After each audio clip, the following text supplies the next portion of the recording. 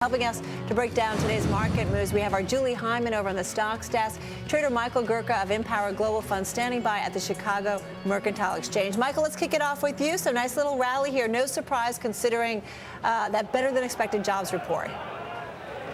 Yes, I think that there is so much to be drawn from that jobs report, and it's not necessarily about today, but how much we've recovered in certain areas. You know, the manufacturing sector maybe didn't get as hurt as bad as we thought, and of course home builders on the other. But if we break down the components of this number today, I think that's clearly a catapult to watch some maybe of this dollar profit taking on the FX side start to trickle into some of these equities because they see some more growth, at least for the week coming up in the middle of March here as we start going forward. Hey, Mike, I just called up the volume here, total equity volume today, and it's not anything blockbuster, around 7 billion shares combined. When you see a rally like this and volume like that, does that give you pause at all? It doesn't. It actually makes a technician look at volume versus price in a very simplistic fashion and say, is this something that is participated by fundamental factors where something has been confirmed and the market jumps back in, or if it's trading more on the mechanics on a technical trade. And right now, I see at least the commodities scenario that we started to forecast at the beginning of this year is starting to pan out on a global perspective. And you're seeing it a lot today with Mexico and Brazil, of course. And I think that's one of the reasons why you're starting to see some staying power, because the psyche or the conscience of this market right now thinks that the recovery of all places is in the U.S. to start with, and that from a fundamental standpoint, I think that is exactly the way you start building momentum around the curve here. I wonder, you know, I was thinking about the fact if you make money here, you don't care if volume's high or low, right? But if you want to leave your money in the market, does it make a difference to you? I mean, is it sustainable, this kind of rally, if it's on such light volume? Does it scare you? Well, again, a light volume is not a negative connotation. If you want to start looking at light volume here in the U.S. because of iShares or the ETFs as an example of where things are going abroad, then that's different. But I think right now, at least, you're starting to see enough participation in the market where we sat back here 9 months, 12 months, 16 months ago and started to think to ourselves, when are we going to get back to reality of these numbers making sense, leading and having guidance? And I think that's, in the equity world, that's what the earnings season did for us with the quarter that just closed. And now we're handing it off to some of the economic and now the monetary policies of the U.S. and how that's being implemented by the Fed and, of course, the Treasury. The expectations eventually in this racetrack are going to start leading us to inflation and, of course, the expectation of higher rates down the curve. But if it's the status quo right now and the Fed feels as though they have a very tight hand on the wheel and we're guiding on headwinds that aren't too bad, of course, what just happened in the euro, that's a very calming state for us. And I think, again, that is much more tilted in the equity side than fixed income. You know what? I'm going to go back to Michael Gurka, and I'm going to bring in Tom Lee as well from JPMorgan Chase. Tom, thanks for joining us. Let me ask you about, first of all, you're pretty bullish to start with. I was reading through some of your research. 1,300 is your year-end target on the S&P 500, but you expected a much worse number on the jobs front than we got. How much does it encourage you to see the positive number there and on the unemployment rate? I mean, do you even think about boosting your targets? Hey, Matt. Well, you know, I think one reason the market's taken this payrolls report so positively is it's for the first time really showing some synchronization, you know, with ADP a couple days ago showing payrolls sort of declines flat with last month and weekly claims sort of stabilizing here, that this is sort of the first payrolls report we've gotten that seems like it's not fuzzy numbers. You know, like for instance, earlier this year we had payrolls really low, weekly claims really low, but we had a lousy payrolls number. So I think for the first time it's starting to feel like things are in synchronization. It really looks like the economy's on the mend. And of course we had this unknown effect from the snowstorms, but like you said, it could have been, you know, it could have been implicitly, you know, a 100,000 plus impact. So this is, you know, it essentially is a beat on the labor number. Tom, let me ask you, because we did talk earlier about how economists said that this report would have been even better had we not had the snowstorms. I mean, had we not had the snowstorms, could we have had a positive print in your view? I think that's, at least in the categories that mattered, that's probably the case. I mean, think about some of the data we saw. You know, manufacturing up 2 months now, and you know, in a secular declining industry, that's a very positive. It shows you really how much the industry sort of overfired there. You know, and I would say that incomes do seem to be improving. You know, that's the color I get from talking to our contacts in the credit card side of the business. That it does seem that the consumer seems to be considerably more stable, which tells me that steady income seems to be out there. John Sylvia, the chief economist of Wells Fargo, said we do have a recovery here, but it's uneven. Do you expect to see the same kind of unevenness going forward with jobs? I mean, will we see now, because of this positive report, X the weather going forward, gains for the rest of the year, or is it the kind of thing where it comes, as the Obama administration likes to say, in fits and starts? Oh, hey, Matt. As you know, I think a lot of investors are going to sort of look through census. They're going to really focus on the private payrolls effects. I do think you're going to see a snapback next month because of whatever weather effects that typically are reported. Those tend to be very transitory. In other words, you make it up immediately the next month.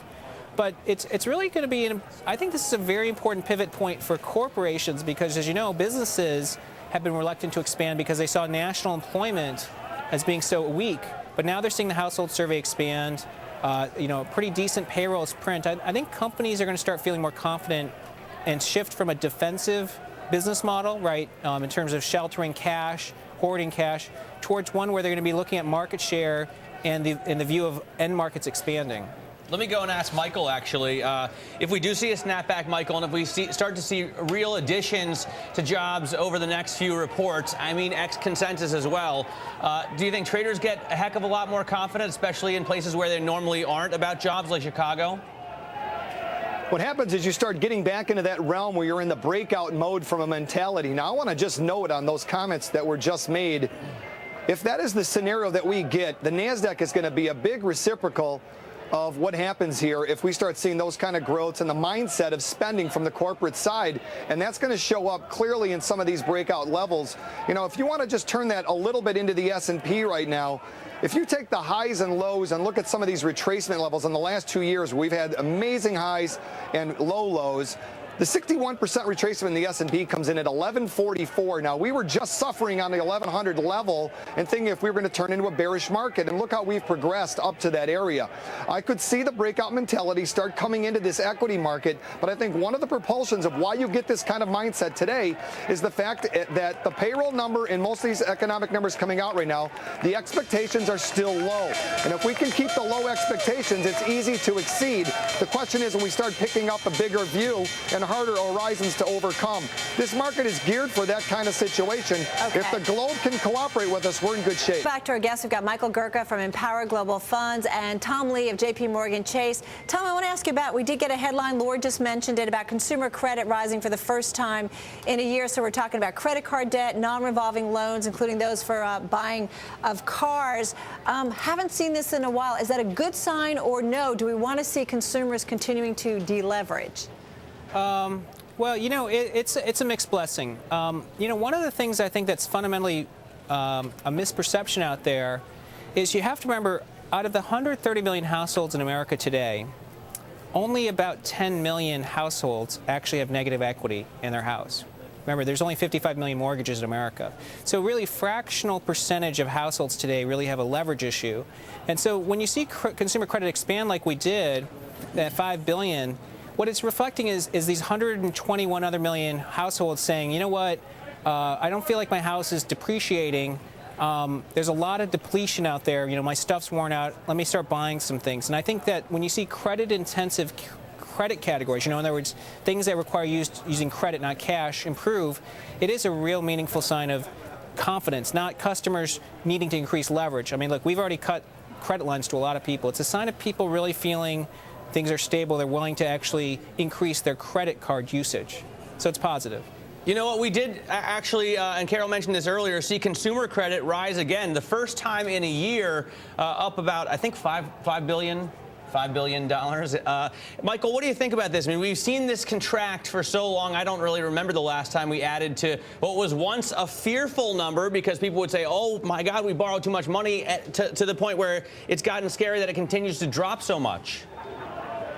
Again, I think what would really be, for me, a gravity puller in this whole scenario is over the next couple of months, we continue in the same fashion as just mentioned and see higher fuel prices in the face of that. That would really, for me, on an exponential basis, compound the idea that the consumer is back. But to the degree where there's not negative equity coming into the home. Again, there is a ripple effect there, so that really speaks volumes. But again, I think that's something right now that I'm watching here on the periphery is on commodity prices, with crude in particular. If we start seeing this kind of precipitous move up to 85, 86, and we hold those levels, all of a sudden I think we have another dynamic of a ceiling here in that market. Hey guys, it's Julie again. Mike, Tom, both of you sound pretty optimistic here. Matt and I were just talking about the VIX, Mike, and the VIX is at its lowest since about May of 2008. You know, you guys are optimistic. Do you think there's too much complacency here and a risk that if you do get a print here that's not as strong perhaps next month or going forward, that you're going to see an outsized reaction? I can't disagree with that at all. That's a motion detector. It is. It's a great. What about you? Well, it's a really good point because, as you know, one of the reasons why the markets began to wobble pretty badly in January, early January, was we had such a string of good news that the market became conditioned to expect positive surprises, and so even good news didn't help propel the market higher. So, I mean, I think on a short-term basis, it's a great point you're bringing up. But, you know, when it comes to the VIX here at 17, you know, on a relative delivered volatility basis, equities actually are still more volatile on a delivered basis than high-yield bonds right now, which to me doesn't make sense. You know, I think the VIX actually should be lower because, you know, high-yield, the volatility in credit's been incredibly low. And in fact, if you look at indexes like the CCC index in high yield, that's a very good proxy for the Russell 2000. The CCC index is up 6% this year. It's actually outperforming double B high yield by a factor of 5, which is telling me that equities are really still really attractive here. Go back to our guest, Michael Gurka from Empower Global Funds, Tom Lee of JPMorgan Chase. Tom, when it comes to financials, what do you think the outlook is for them at this point, especially when you still have a lot of regulatory changes possibly coming down the pike? Well, you know, financials are definitely a sector of worry, right? In fact, one thing I forgot to mention, you know, this increase in consumer credit's coming at a time when the credit trends have been attractive. You know, lower default rates, you know, improving delinquency levels. But, you know, with financials, we still think it's going to be one of the top performing groups this year because it's really a domestic cyclical. You know, it doesn't have any inflation exposure to EM. We do think that consumer credit and improvements in credit is not in the stocks. And if you look at analyst models, most really look at elevated provisions throughout the year. But the early months are showing credit losses actually might be coming down. And without question, most analysts think there's actually going to be no volumes growth on demand for credit. But I think, again, like with today's number, you're starting to see as confidence improves and as unemployment peaks, you know, companies are going to start borrowing money. That's going to be volumes growth for financials, which is obviously upside to earnings. All right, we're going to leave it there.